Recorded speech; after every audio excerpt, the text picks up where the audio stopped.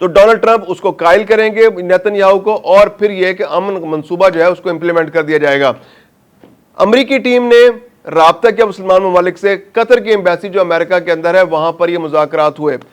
8 ممالک کے وزراء خارجہ بھی وہاں بیٹھے اور ڈونلڈ ٹرمپ نے اپنی ٹیم بھیج دی، تو قطر کے سفارت خانے میں یہ سارے مذاکرات ہوئے۔ ان مذاکرات کے اندر ایک مسودہ امریکہ لے کر، امریکی جو ٹیم تھی 20 رکنی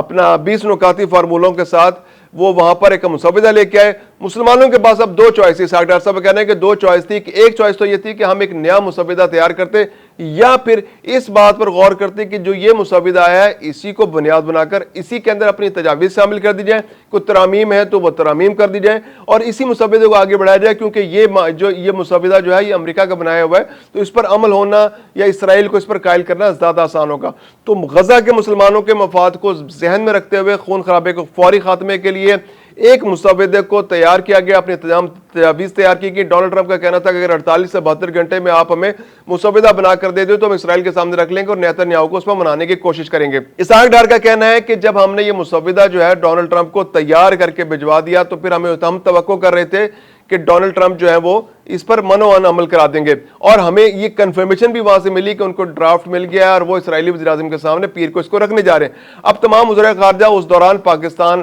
اپنے اپنے ممالک میں چلے گئے، اور دوران سفر ان کو یہ اندازہ ہوا کہ جو مسودہ جو 20 نکاتی فارمولہ ڈونلڈ ٹرمپ نے مشاورت کے بعد پیش کیا ہے اس میں نہ تو وہ تجاویز شامل ہے کہ جو مسلمان ممالک کی جانب سے دی گئی تھی، اور ان ترامیم کو بھی نکال دیا گیا ہے جو غزہ کے حوالے سے شامل کی گئی تھی کہ غزہ کے لوگوں کو ریلیف ملے۔ سعودی وزیر خارجہ نے جب رابطہ کیا اسحاق ڈار سے تو انہوں نے یہی بتایا، سعودی وزیر خارجہ نے یہ بتایا اسحاق ڈار کو کہ جو ارجنٹ نوعیت کی چیزیں ہیں وہ تو مسودے کی جو ہم نے پیش کی تھی وہ تو شامل ہے، لیکن جو لانگ ٹرم چیزیں ہیں، جو 2 ریاستی فارمولے کے حوالے سے چیزیں ہیں، جو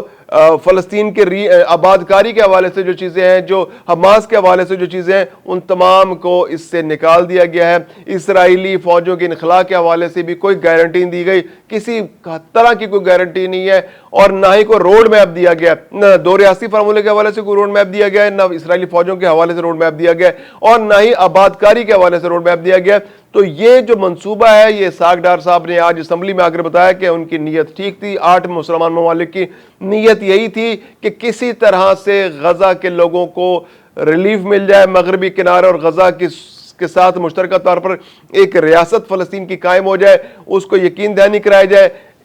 جو ہیومینیٹیرین ایڈ ہے وہ انشور کی جائے، غزہ کے لوگوں کی آباد کاری کے لیے آسانیاں پیدا ہو جائیں، وہاں پر ان کے گھروں کی دوبارہ تعمیر کے لیے آسانیاں پیدا ہو جائیں۔ لیکن امریکہ کی مکاری اور امریکہ کی اسرائیل کے سامنے بے بسی کی وجہ سے یہ سارا منصوبہ ناکام ہو گیا، ساری ایفرٹ ناکام ہو گئی، اور اس کے علاوہ جو مسلمانوں کی جو ساری کوشش تھی، جو نیک نیتی کے ساتھ کی گئی تھی، اس کو بھی مٹی میں ملا دیا گیا، اور آج وہی صورتحال ہے جو غزہ کے اندر پہلے دن تھی۔ اور ہیومینیٹیرین ایڈ کے حوالے سے بھی اسرائیل کا رویہ بالکل کھل کر سامنے آ گیا جب انہوں نے فلوٹیلا کو روکا، 45 میں سے 22 کشتیوں میں سوار تمام لوگوں کو گرفتار کر لیا، جس میں ہمارے سینیٹر مشتاق بھی پاکستان کے شامل ہیں۔ تو ان کے حوالے سے بھی اسحاق ڈار کا کہنا تھا کہ اب ہم ان کی رہائی کے لیے کوشش کر رہے ہیں، کیونکہ اسرائیل سے پاکستان کا سفارتی رابطہ تو ہے نہیں، تو اس لیے اسرائیل سے رابطہ براہ راست ممکن نہیں ہے۔ ایک یورپی ملک جس کا انہوں نے نام نہیں بتایا کہ اس کے تھرو اسرائیل سے رابطے کیا جا رہا ہے، اور اس بات کی کوشش کی جا رہی ہے کہ جلد از جلد پاکستانی جو سینیٹر ہیں مشتاق احمد ان کو رہا کرایا جائے۔ اس کے علاوہ جو